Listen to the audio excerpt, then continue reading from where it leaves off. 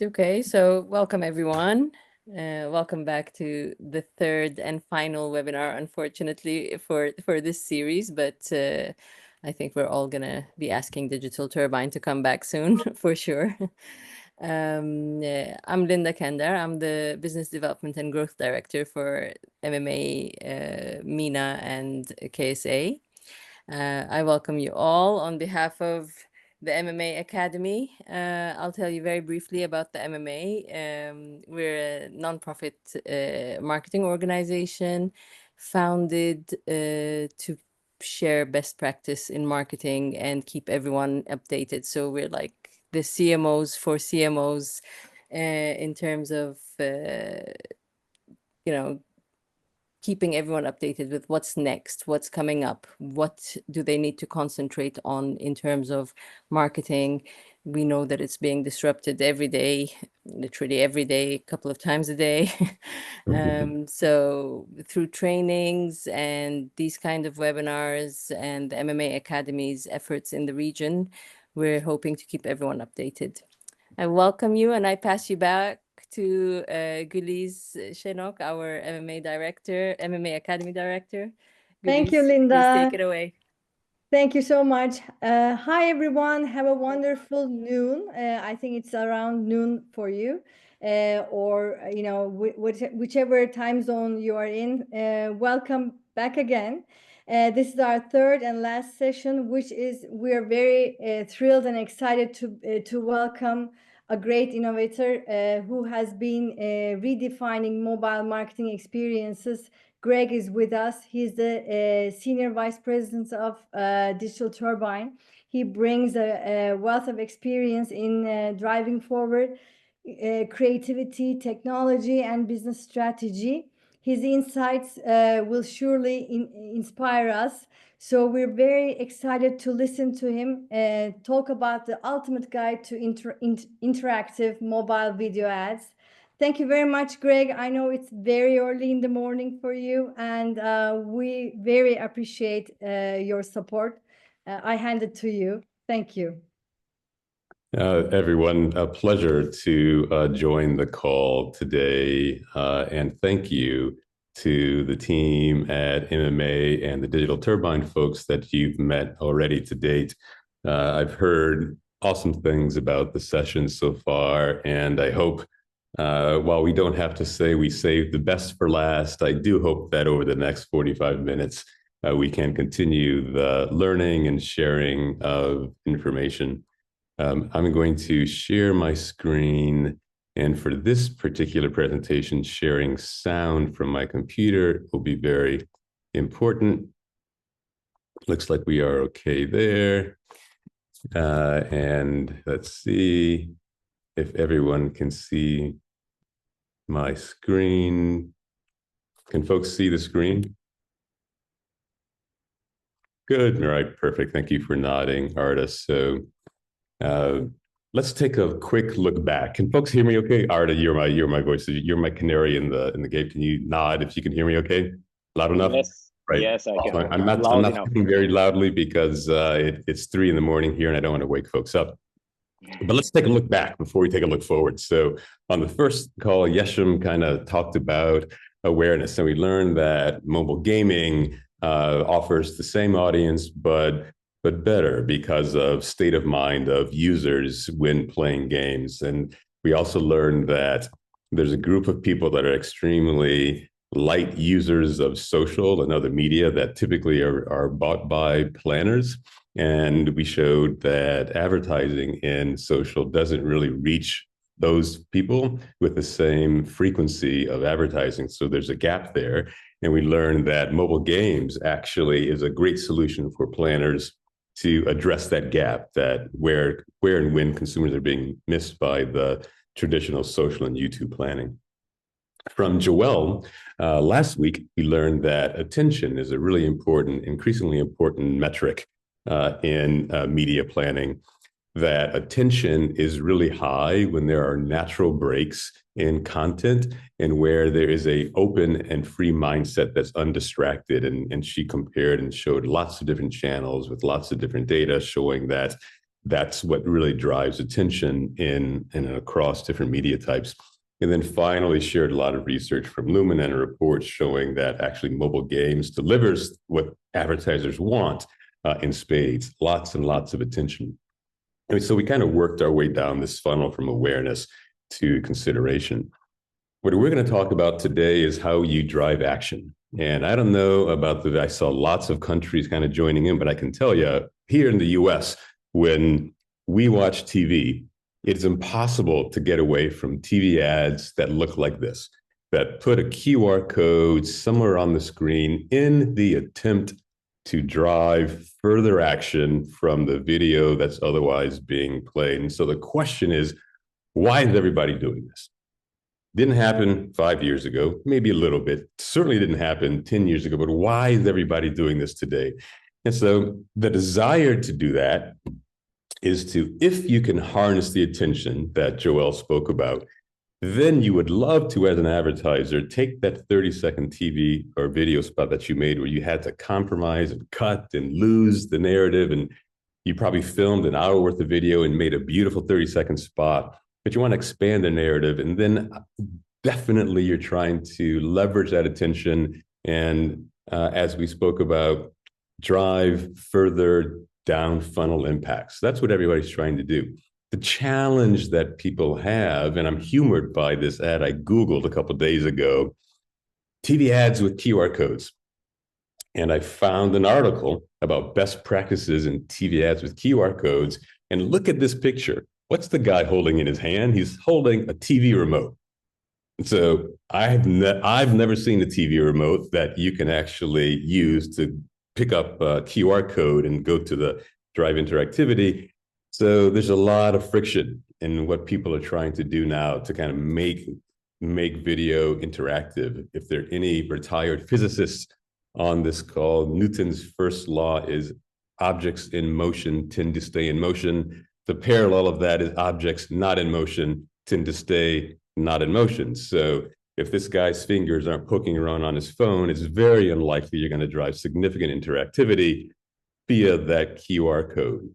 And then most importantly, or equally as importantly, there's zero creative appeal to that little QR code sitting in the bottom. So while everybody wants to drive further engagement, it's very challenging with the traditional modalities that we have in traditional video, even digital video like this CTV spot that we see here. So the goals of today's session are, one, help you understand that there are different ways of doing interactive video. We're going to talk specifically about what can be done inside of mobile games. Second, we want to share a variety of award-winning campaign examples, and along with those, we'll give some quantifiable numbers of brand lift, brand choice, intent lift, and measured impacts. And then what we want to do is kind of dive into some actionable advice. So we're going to pick maybe 7 categories and talk about 6 categories and talk about specific strategies to drive best engagement for those, and then hopefully have a little bit of fun here and get inspired by some great campaigns. So we're going to start off, I'm going to spend maybe 5 minutes giving a high-level overview of interactive video and a major research study that was done with Nielsen and some very prominent academia in the UK. We're going to then dive down to look at different types of interactivity and driving action. Then we'll wrap that up with specific guidance for those 6 different categories on what we see as the best type of interactivity to seek to drive goals per category. And we'll wrap that up with a little bit of interactivity ourselves, where you get to name that interaction. All right, so let's get after it. First part. So Digital Turbine has done hundreds and thousands of ads for brands across the world, and we wanted to really understand and give some academic rigor and expertise around interactivity inside of video ads. So over the course of several years, out of our office in Istanbul, we worked with King's College of London and City College of London and took the results of over 250 campaigns, the respondent results from 250 campaigns that had been run by Nielsen across 142 brands, and gave this data to these universities to try to understand what is the impact of, not via a QR code, but seamlessly adding interactivity to a video experience. And we're going to see tons of examples going forward, but I just wanted to give the kind of top line approach and top line results in this first 5 minutes. So one of the challenges, as you might imagine, is when you've given someone examples and creatives from 240 plus different campaigns, and you're going to try to analyze and give advice as to what actually works to drive interactivity, you need to figure out a very simple model that allows you to say, when you do this, this is what happens, right? Because there's so many different ways that one can interact and so many different ways that brands can create interactivity. You've got to categorize things. And so what they did, in looking at these hundreds, and we're going to, again, spend a lot of time looking at examples of this, you can drive interactivity. It's about browsing for information, about sampling a product and creating an in-store experience, and then driving play. And so we're going to dig into in the next section more details, but I just wanted to give the top line. So if the question is, what's the impact of adding interactivity to a linear video experience? The answer is there's significant lift across these three different classifications. Average brand choice intent. So brand choice intent is what is the likelihood that you will buy this brand over X period of time, and then measured in a control and expose, typical control exposed model. 240 campaigns, 148 brands, 17 countries, something like that. All right, so now that's the high level. High levels are great, averages are nice, but we need to get to specifics and more detail. So in this section, we're going to dive into more color and clarity around browse, sample, play, and look at some examples. So here on screen, you see a couple campaigns, one here for a Samsung flip phone and one for the movie Avatar. And in our research project, we grouped experiences like that into the browse category, where the marketing goal in all of these types of campaigns was really about trying to explain more of your product in compelling ways. So you see the flip phone here. This piece of interactivity would come, and you'll see this example shortly, would come after the 30-second video spot. Seamlessly following that are these experiences you see here. So in the case of Samsung, these are very complex, highly differentiated, rich featured devices where it's impossible to explain all of the capabilities, all of the differentiations, all of the unique selling points of this device in a 30-second video. By adding these hotspots, it allows the user to control the journey where they are interested in learning in a seamless fashion. And we'll see this in a bit. Over on the right, you've got a feature, a gallery feature, where it allows the user to browse through, learn more information about, in this case, the characters in this movie. So let's take a look at a whole example of a browse, and then we'll talk about how adding browse has impact across different categories. So this is an ad for Mercedes. I'm typically going to, in these examples, cut off the first 10 to 15 seconds of the actual linear video piece just to save time. But you'll see a traditional video, which takes place, as Joel and Yesham showed, in between levels of a game or upon request, and as a rewarded video inside of a game. You'll see that linear video, and then it will seamlessly go into this interactive experience. So let's take a look at Mercedes. So we start off here with, I got the sound turned down on this one. Start off there with the end of the traditional commercial. You're prompted, tap the button here to see the evolution. And now through these hotspots, someone can seamlessly go using existing assets that the brand has, existing text that the brand has, and add very easily that interactive experience, which helps the person learn more about that product in a very seamless way. So very straightforward. So when you look at now how brands have used Browse and how Browse was able to impact brand choice intent, you see the top three categories experiencing the biggest lift are tech, retail, and entertainment. So why do we think that's happening?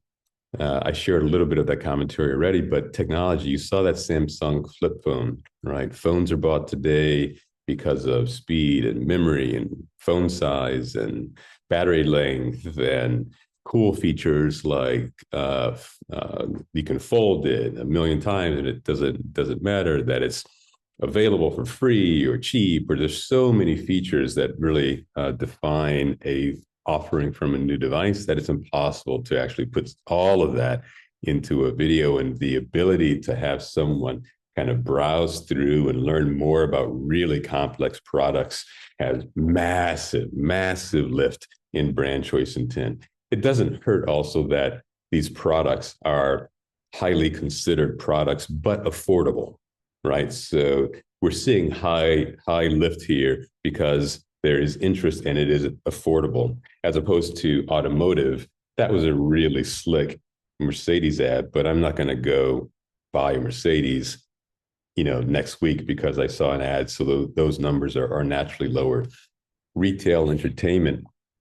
Retail, again, very high. I would say it's tech and retail are showing the highest lift here.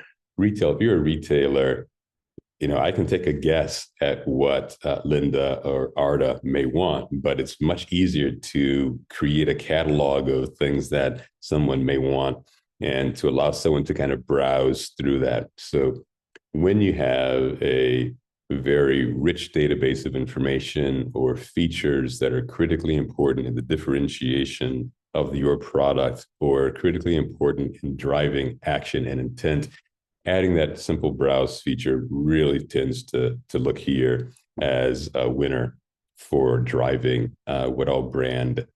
driving action that brand advertisers want. Sample is my favorite one. And we went back and forth with the researchers to really figure out what's the right way to describe this. And what we really wound up with is, sample is mimicking what happens in store, right? If you think about personalizing something, finding exactly what you want, the more that you can deliver to a person, not just a generic product or not just all the products that you could do like we have in Browse, but allow the person to find what resonates with them, to be able to see how it impacts them, the better the emotional connection, the better the product recollection, and therefore the higher the brand intent. So let's walk through a couple examples using different techniques that we've used to help brands around the world. In the example on the left, and we'll see this whole ad shortly, on the example on the left with Honda, in the automotive category, like one of the major goals is to get someone to configure their car, right? Find the perfect car, whether it is the model, the color, the engine, the trim level. If you can get someone to configure it, the odds that they go on to buy your car, it's been proven in automotive research, increases exponentially. So and you typically would do that in the showroom. You would go on the lot and you'd find the gray or white Honda Pilot that had the right trim level, and that's the car that you would fall in love with. So we'll take a look at that campaign. But here we're mimicking what you would do on the auto dealership lot with this color changer and configurator. We'll take a look at it. In the case of restaurants, while Tim Hortons probably has a million different things that you could buy, the ability for someone to, at whatever time of day they're seeing this ad, find what they would actually want, what actually makes their taste buds tingle and drool, that again deepens that emotional connection. Because I'm really right now at 3:30 in the morning kind of looking for a sausage biscuit. And if I can see that sausage biscuit, that probably drives my purchase intent to stop by Tim Hortons. And then finally, one of the campaigns that I really love, and I think we're going to take a look at this one as well,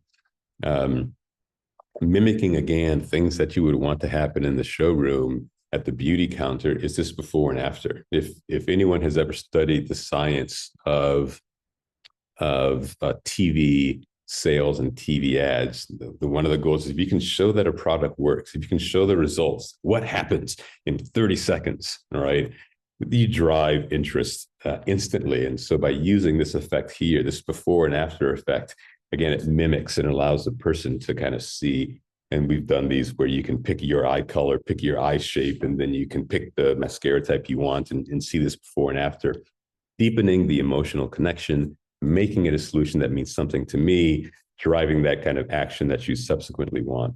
So let's take a look at an example campaign. You'll see kind of end to end how that whole thing works. This is the Honda example that we saw earlier. Campouts and weekend projects. No adventure is too big for the Honda lineup. With available all-wheel drive. Listen right Find here. the right Honda for you by visiting your Honda dealer online today. All right, so if you listen right there on the traditional linear spot, it said, find the right Honda for you by visiting your Honda dealer or going online today, or via the seamless interactive experience, you can find the right Honda for you right now before you go back to playing Candy Crush. And so here, someone's looking at, do I want a pickup truck? Do I want a Ridgeline?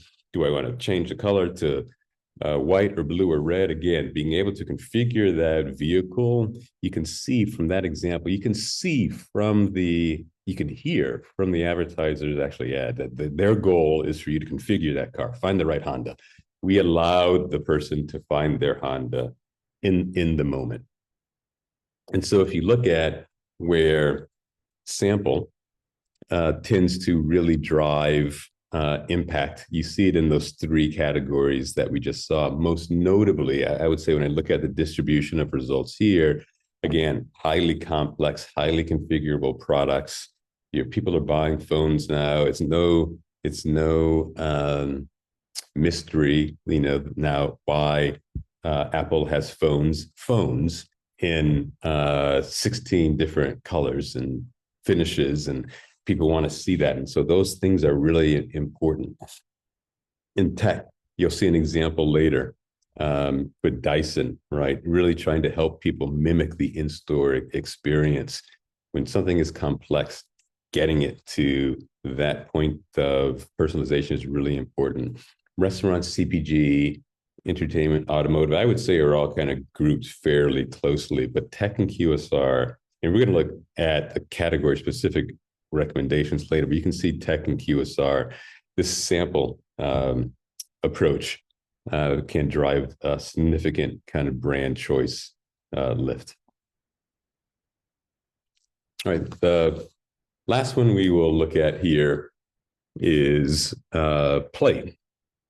Right, so almost everybody at some point in their life has played games on a variety of devices, whether it's your phone, it's your console, it is on a stand-up machine in an arcade. And the games are built around traditional, what's called game mechanics. And those game mechanics pull on the intellectual, emotional, and psychological threads and very consistent of our brains in very consistent ways. And we recognize an endless runner game, Subway Surfer, or something here for, I'm not sure what this ad is for, honestly. But they pull on those threads. A match 3 game. We've all seen it. We've all played it here. The brand Dick's, which is a sporting goods store in the U.S., ties himself to that same sort of game experience, or tapping to collect, or swiping. These are experiences that we all recognize, games that we've all played. And when presenting this option in front of folks that are already gaming, your brand becomes almost associated with the original game. So I'm playing Endless Runner for this mustard. Maybe it's mustard or hot sauce. I'm thinking of Subway Surfer, but I'm associating the brand with this. And so that creates a brand halo that, if, as we look at it here, you can see actually winds up adding significantly to the brand choice intent. So let's take a look here at one campaign that we did for Netflix, Rebel Moon. And again, we've truncated the actual spot, but then you'll see the interactivity and how it ties in the interactive component at the end. Who among you is willing to die for what you believe?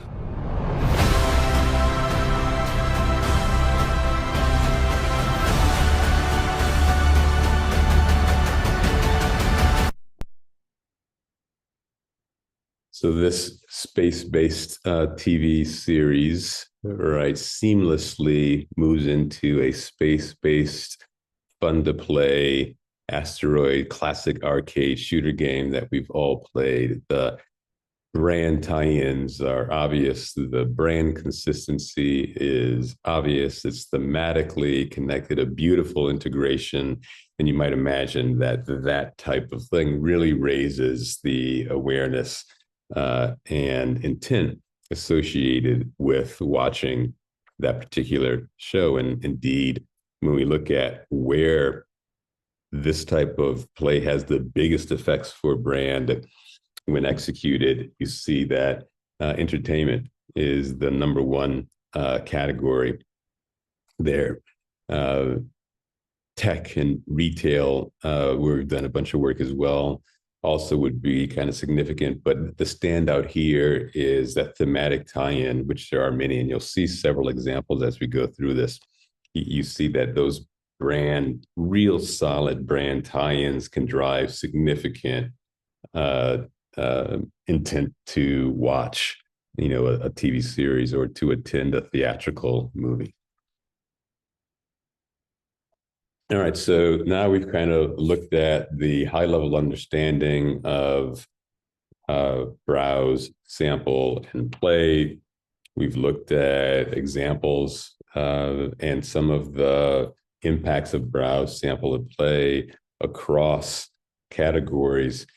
Let's flip it around as if we were doing a spreadsheet pivot table, and rather than looking at browse, sample, and play, let's look at different categories: automotive, CPG, QSR, and have a quick conversation around, if one is in these categories, what might be the first type of interactivity to build into campaigns and why.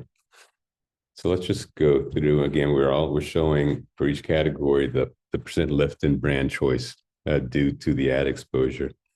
So in automotive, again, as we spoke about, the name of the game is to try to get someone to do two things.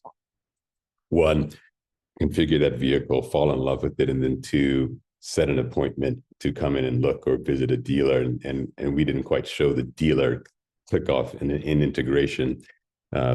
This sample, mimicking what you would do on the lot, finding your right car by 2x is the most impactful way. So in the automotive category, and we'll show a couple different examples, I think, coming up. The opportunity, really, the advice would be to lean into this kind of configuration, vehicle configuration, drive to retail. In CPG, where many products, cosmetics, health products, are about the impact they have on you. Again, mimicking and configuration. Also, browse, very, very close.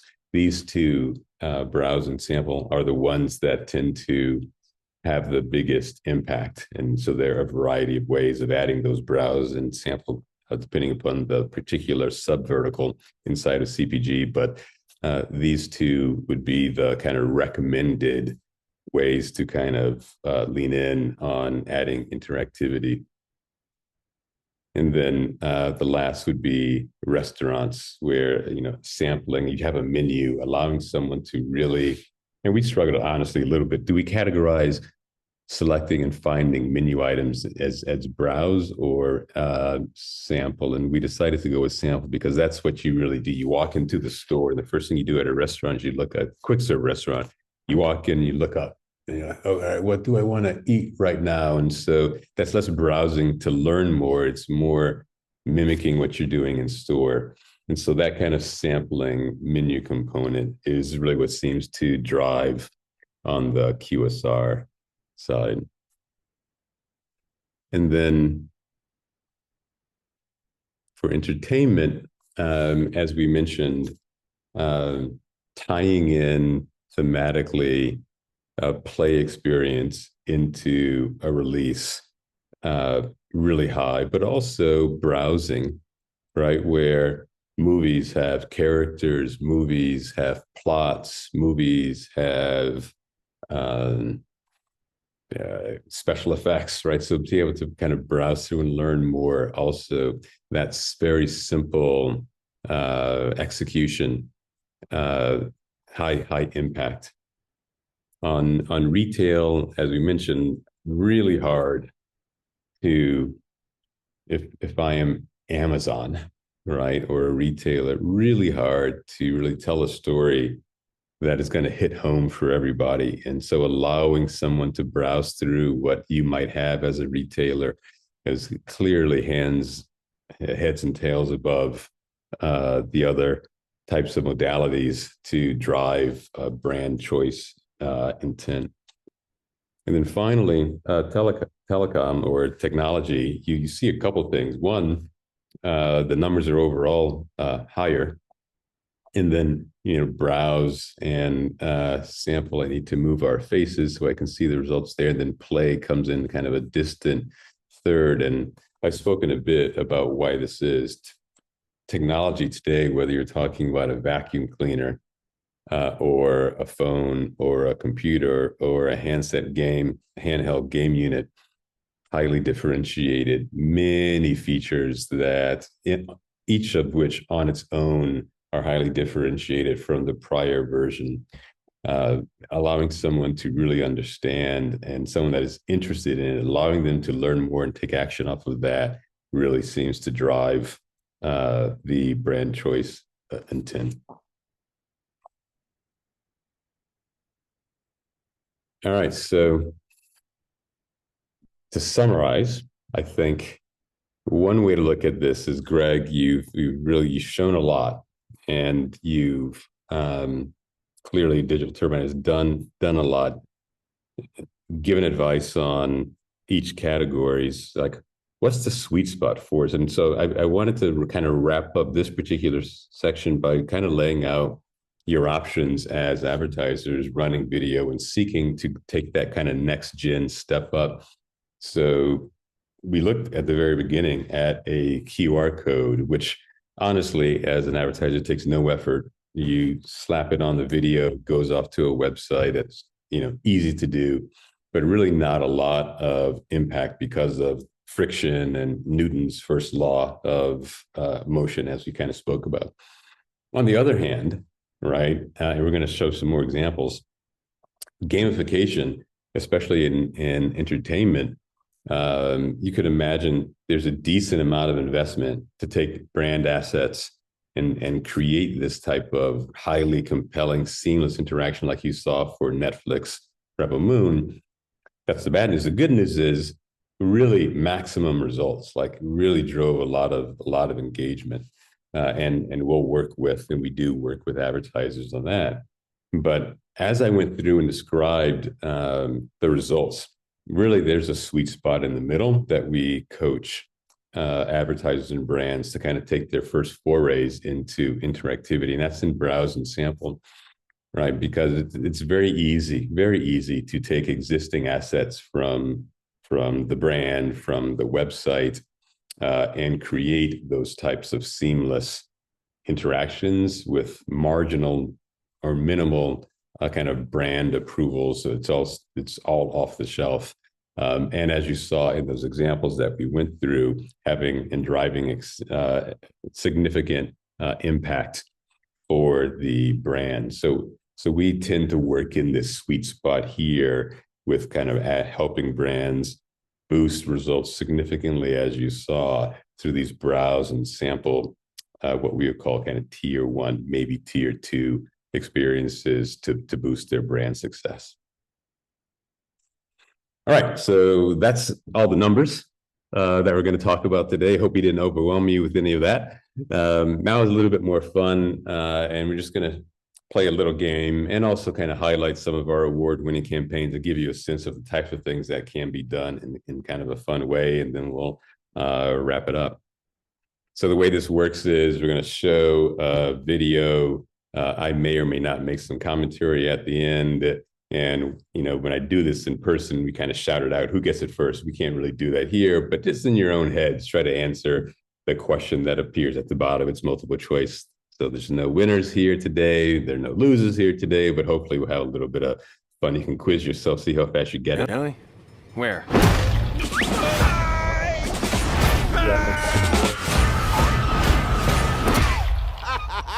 Oh, Odie, you'd think he'd see that coming. Let's get it. I deserve to be with somebody as fly as me. Studio. And then seamlessly after that into a seamless runner experience. If you know Garfield loves lasagna, highly integrated. Took a amount of work, but phenomenally well.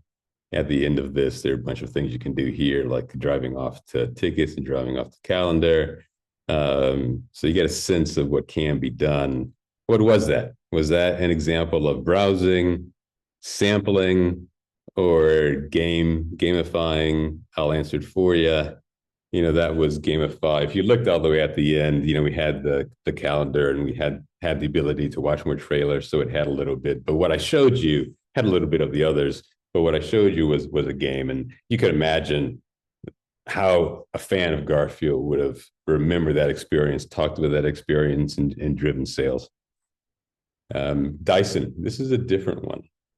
We haven't talked about this example yet, so this is a little harder. So let's take a look. So you get the suction power of most big corded vacuums without the hassle of a cord. Only a Dyson works like a Dyson. And so now we just saw an ad for Dyson, and now I have the chance to answer a couple questions. And after answering a couple questions about my house and my family and how I like to clean, I need the Dyson V8. All right. So what is that about? Didn't look like a game. Wasn't really browsing, right? Imagine he'd walked into the Dyson store. What would you have done? You would have probably looked around and probably walked over to a salesperson. The salesperson would have said, Arda, you have a big house, small house. Do you have any pets?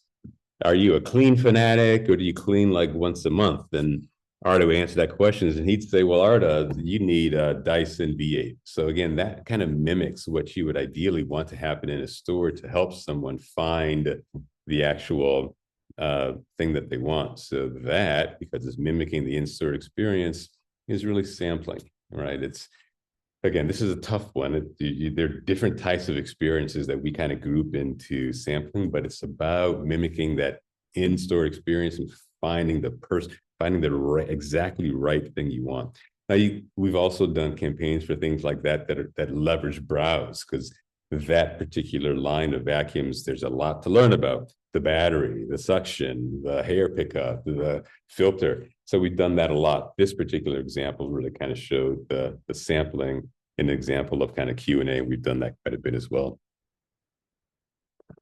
Maybelline, I think we might have seen a snippet of this one earlier, but let's take a look at this example here.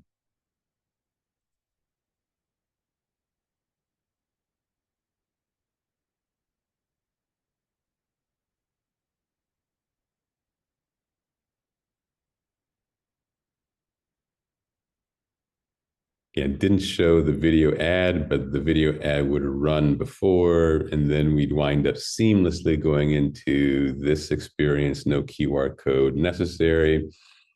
So what's this one about? It's a tricky one because it's more than one. For those that are paying attention, right, you would notice that at the very top, there was the before and after. But then as you continue to scroll down, there was the browse and learn more about the particular product. So you can combine multiple forms of interactivity into an experience to drive even more results. I believe this is entertainment for the movie Shogun. War is coming.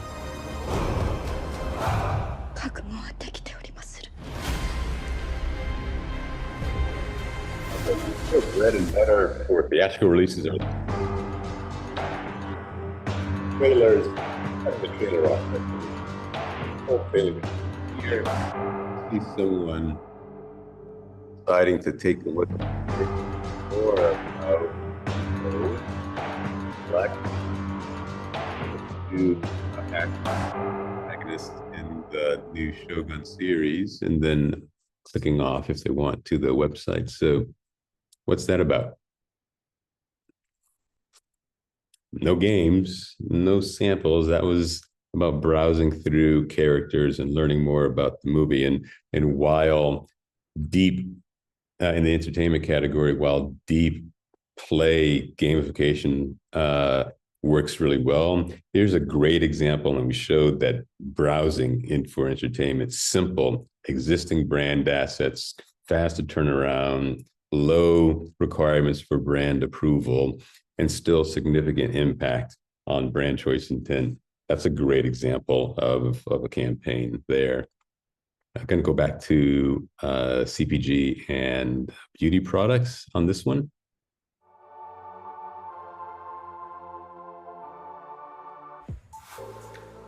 Chemical 1 plus chemical 2 gets pressed together in this new great cosmetic. Makes us all look younger. Commercial's done. We go seamlessly into this experience where you do something there and then you can do a few things here. So what do we think this is? This is a clever one, actually. All right, so this brand is all about combining these two products in this unique kind of packaging, right? And so we're learning about retinol and niacinamide, right? So this is actually doing two things, right? In the very beginning of that, you saw someone kind of play with the product. It's like you're actually playing with the product. You swipe down, you squeeze down, and so that's kind of experiencing the product and holding the product in hand. But then the bulk of this is really about browsing and learning more information. So kind of a 1-2 punch in that one. All right, so we're going to wrap it up on this slide. We did a little bit of Q&A, more Q&A on the others, but which is not true about the ability in the kind of next-gen interactive video. What's not true? In-game video allows seamless interaction. B, there are proven best practices by industry C, browse, sample, and play. Define a simple framework for brands to think about how to leverage interactivity inside of their games. Or D, going beyond the QR code doesn't have to be difficult. I'm hoping that over the last 45 minutes or so that we spent together, that we all will get the answer to this correct? Because the takeaway is that none of those are wrong. All of those are true. Every one of those is true. And I hope that the last 45 minutes have been instructive and helpful and useful, and that there is much interactivity in your future as you plan your campaigns with whomever you may be advertising with. And with that, I guess there's some way to take Q&A. Would love to answer any questions that folks may have.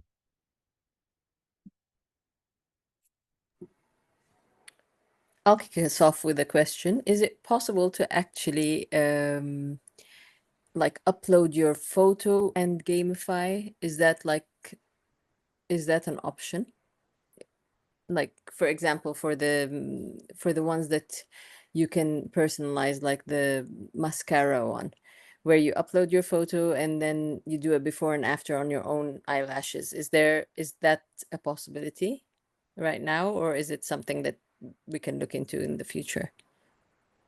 Yeah, so I'm gonna leave some of these campaign executional ones to some of my other teammates. Arda, if you want to jump in on that one, I believe I know the answer. Speaking of questions and answers, but I want to get in trouble on whether or not we are currently supporting those types of experiences. We've done some amazing things, but I don't know if those are really just bespoke, Linda, or if they're really on the shelf now. Okay.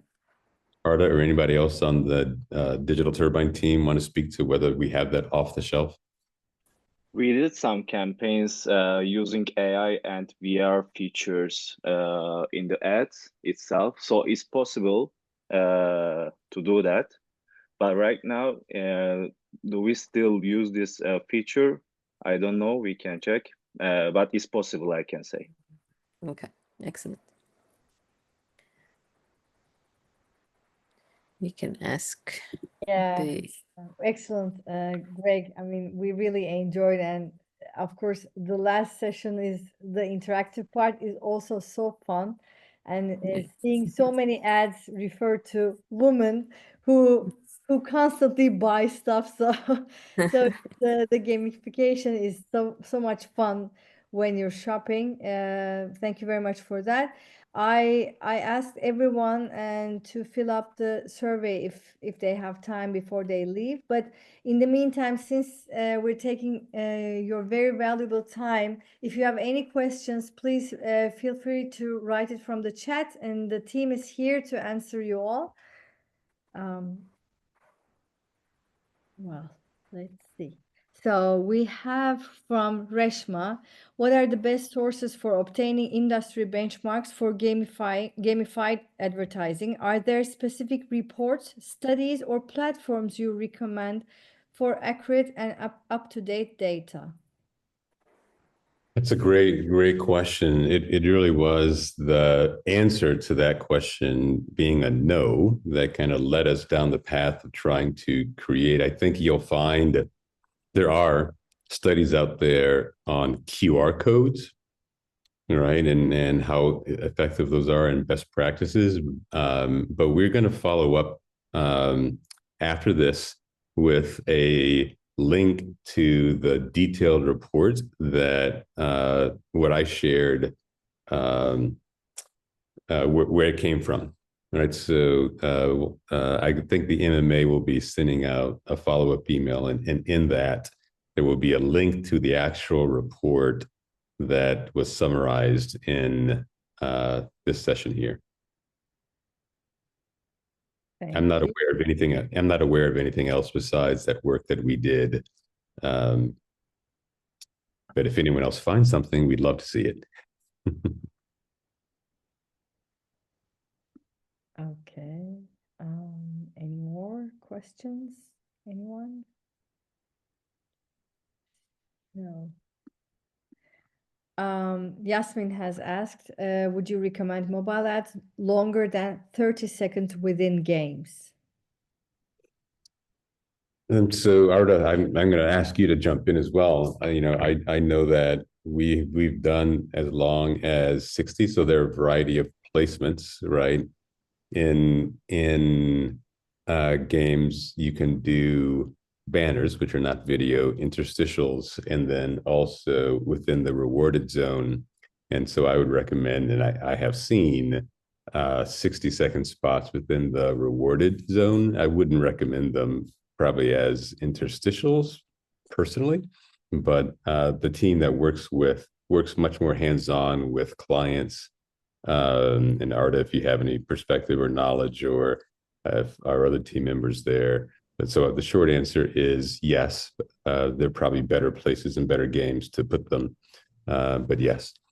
But Arda, feel free to join in if you've got any other specific insights or examples of where we've done longer ads. Yeah, actually, I agree with you, but the average length of the ad should be that grabs attention should be around 15 seconds actually, with an interactive end card. Joel can also assist here, that she told about the attention part of it.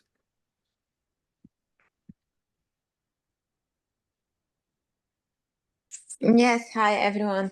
Arda, I echo the same. It should be between 15 to 20 seconds, and then we implement the interactive element at the end, which is the end card, because whenever the ad is long, so we would lose the attention. So immediately we need to add the interactive element at the end. So they feel, so we will go through this full funnel approach from seeing the ad, then considering the ad whenever you do the interaction, and then to the click to call to action where you can land at the client landing page.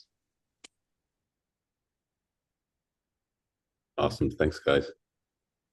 Thank you. Thank you very much. Okay, we have a question from Simone.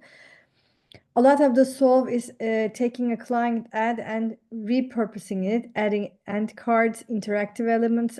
But is there any learnings or guidelines that motivate to design for the mobile gamer experience?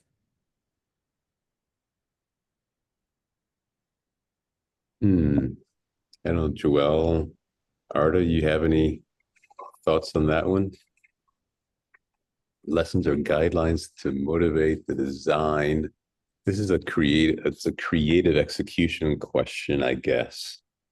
So I would say, yes, absolutely. Am I the person that knows the answer to that? No. I know that our creative team that has done thousands and thousands of these, I'm sure, has listed best practices or guidelines. Arda or Joel, I don't know if we have anything that's been put together. I think Joel kind of just shared some component right there, like best practices would be video 20 seconds followed by the end card, so that the entire experience, you get this person into the experience. I'm sure we have other guidelines. I'm not aware of them. Arda or Joel, maybe you have some thoughts, or maybe we could follow up with what we do know if we put something together.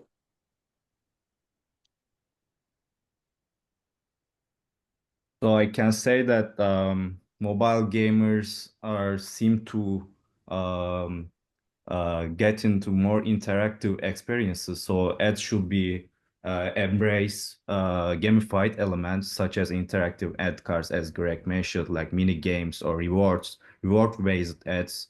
So these ads tend to drive higher engagement by providing in-game perks or exclusive content. So the focus should be creating elements that mobile gamers will have fun and engaged, and keep that brand message behind the scene. So that fits within the gaming environment, I can say.